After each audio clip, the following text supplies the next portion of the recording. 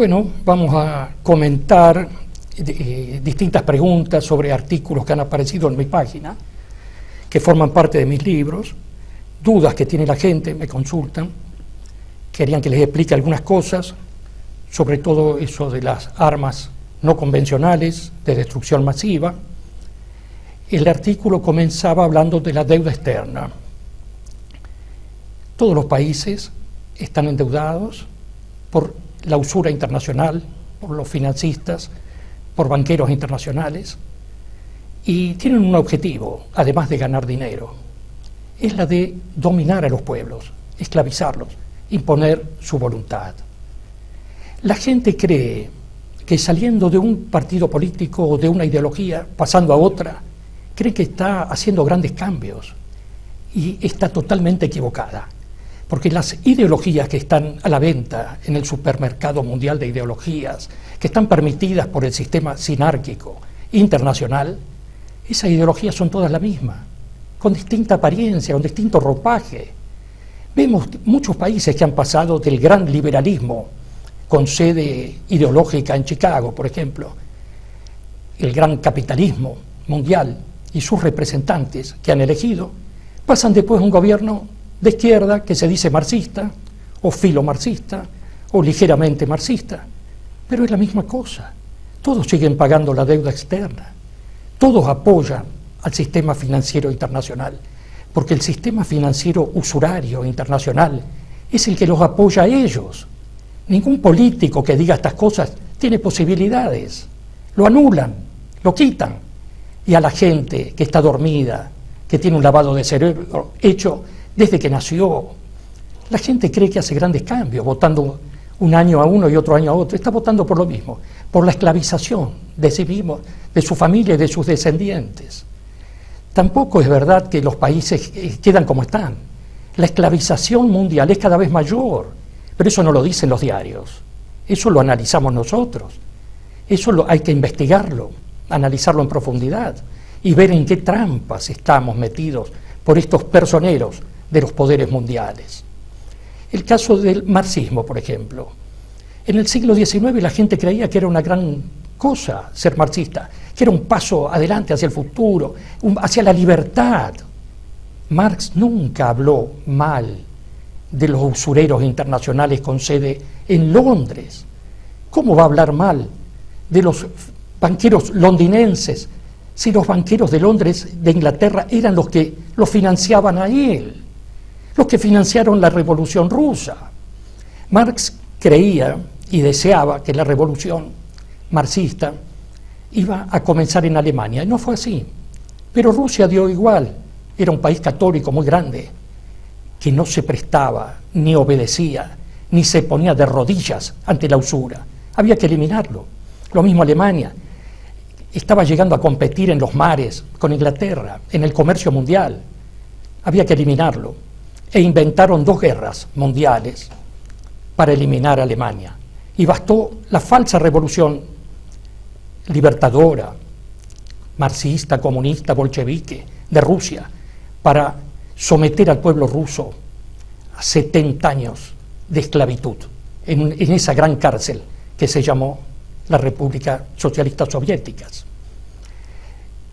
Yo no creo que nadie, si le preguntamos, ¿usted va a votar por la gran cárcel cubana, por la gran cárcel bolchevique? No creo que alguien diga, quiero votar eso. Todos quieren ser dictadores, todos quieren ser Fidel Castro o Lenin, pasar a la historia, a vivir como reyes. Pero nadie quiere ser obrero en la Unión Soviética o en Cuba. Y nadie investiga tampoco ni lo dice, cómo vive el pueblo. Si llegan a mediados de mes con la comida, por ejemplo. Lo que han hecho en Rusia, Cuba y en otros países ha sido monstruoso, monstruoso. El marxismo, que fue financiado por los banqueros internacionales, así como fue financiada la Revolución Rusa, los mismos banqueros protegieron a la Unión Soviética contra los nazis en la Segunda Guerra. Los mismos banqueros le dieron la bomba atómica a Rusia. La bomba atómica, los secretos estaban en Estados Unidos. El matrimonio Rosenberg se la pasó a la Unión Soviética. Ellos deciden quién debe tener la bomba atómica o no.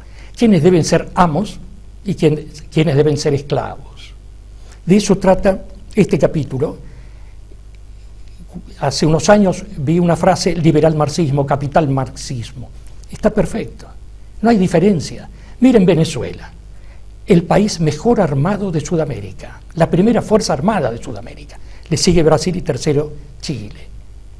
Pero Venezuela paga religiosamente la deuda externa a los poderes bancarios internacionales, a los usureros. Fíjense, cuando no estaba el gobierno actual de Venezuela, también pagaban la deuda. ¿El petróleo, a dónde va el petróleo venezolano? La mitad se distribuye gratuitamente en países necesitados, pero el 52% está yendo a Estados Unidos. No tienen otro que compre ese tipo de petróleo, esa calidad de petróleo, que no es la calidad del petróleo iraní o saudita. Hacen grandes negocios, pero el pueblo cree que uno está en contra del otro. No, ustedes fíjense que si están pagando la deuda es porque están apoyando ese sistema. La otra vez fui a una conferencia del doctor Adrián Salvucci y le preguntaron: ¿y si no pagamos más la deuda? Y Adrián Salvucci dijo una frase clave: no pagamos la deuda. ¿Y con qué? ¿Con qué Fuerza Armada nos defendemos? Cuando vengan a invadirnos, cuando nos inventen una guerra, cuando nos impongan un gobierno títere que pague la deuda, que se endeude más para poder pagar los intereses, que ya son impagables en este momento. En el caso de Argentina, por ejemplo. Claro, no tenemos armas, no tenemos Fuerza Armada, ahora se está moviendo algo, pero igual estamos lejos de ser Venezuela en cuanto a Fuerzas Armadas, la primera potencia militar de Latinoamérica. O sea, debemos tener armas. ¿De dónde salen las armas? Argentina tenía un pequeño proyecto de bomba atómica en la época de los militares, Galtieri, y después el misil Cóndor, que no pudieron hacerlo, amenazaron con volar toda falda del Carmen, el Cóndor 2, imposible. Tanto el Cóndor 2 de Argentina, la bomba atómica, es carísima. Se entera en todo el mundo que se está fabricando una bomba atómica, empiezan las presiones. Además, en caso de tener una bomba atómica, ¿a dónde la tiran? ¿Con qué la transportan? ¿A dónde? No sirve. No sirve. Inventan lo de la bomba atómica para invadir países, para debilitar países, para presionar. No, nadie le conviene armar ninguna bomba atómica. Hay otras armas terroríficas, la bacteriológica, por ejemplo. Hay una toxina botulímica, la tipo 4, que tiene Estados Unidos y la mostró. La declaró, puede matar 2.000 millones de personas. Es una amenaza a la humanidad lo que ha hecho. Y no permite que nadie tenga el genoma de esa bacteria, que dice que encontraron en los intestinos de un niño, pero es medio increíble eso. Más probable sería que se lo han inyectado al niño y después dice que tomaron la bacteria de allí.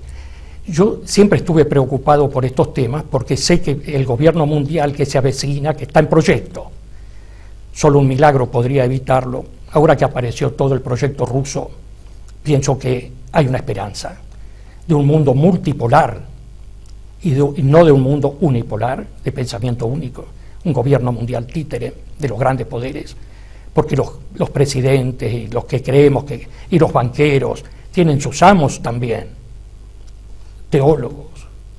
Ningún banquero domina el mundo sin permiso del teólogo que tiene arriba. Eso domina el mundo. Los que están por encima de los banqueros y del gran aparato industrial militar. Yo, preocupado por todo esto, pensé que algún día no se va a poder hacer nada. No se va a poder ni tener un revólver en la casa. Todo va a estar controlado.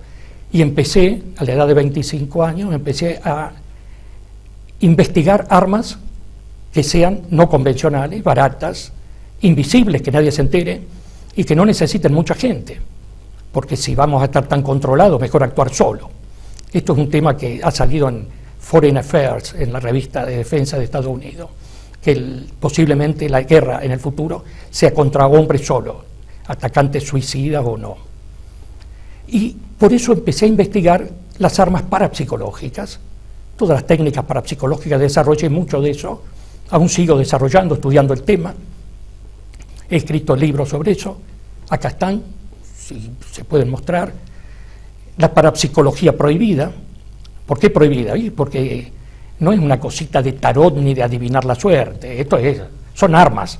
El primer libro, La parapsicología prohibida, está destinado a armas armas parapsicológicas. Pero ¿quién puede manejar las armas parapsicológicas? No cualquiera. Puede estar confundido y matar a un amigo.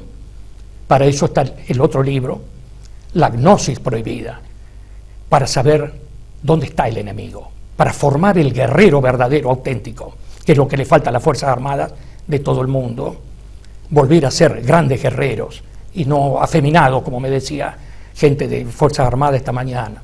Estamos formando afeminados, hay que cambiar eso. Y el tercer libro, después de la formación del guerrero, ¿cómo debe ser el guerrero?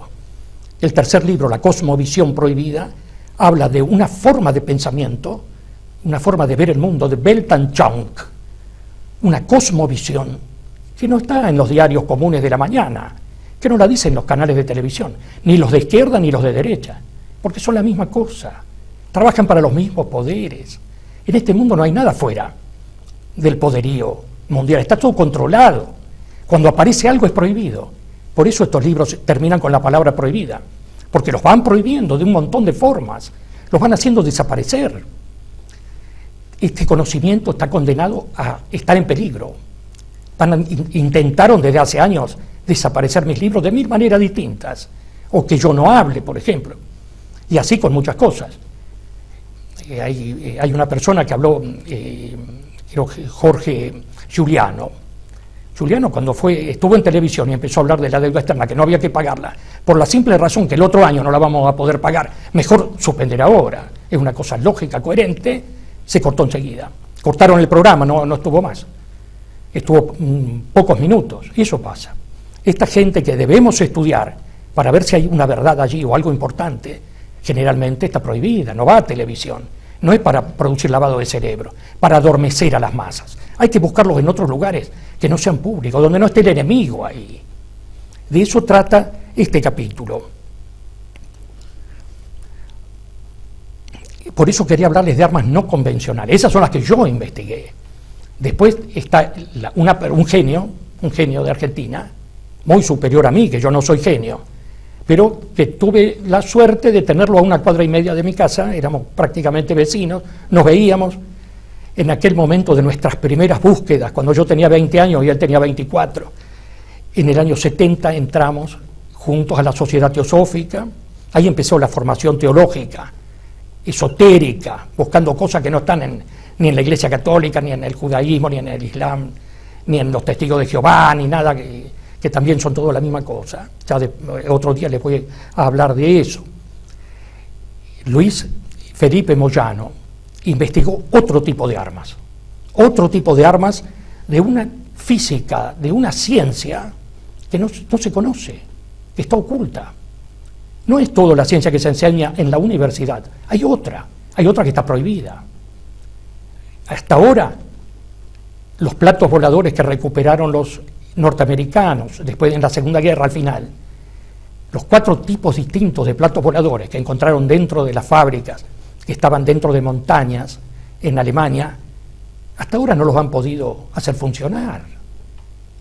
O sea que la ciencia de ellos es muy limitada, comparándola con otra ciencia.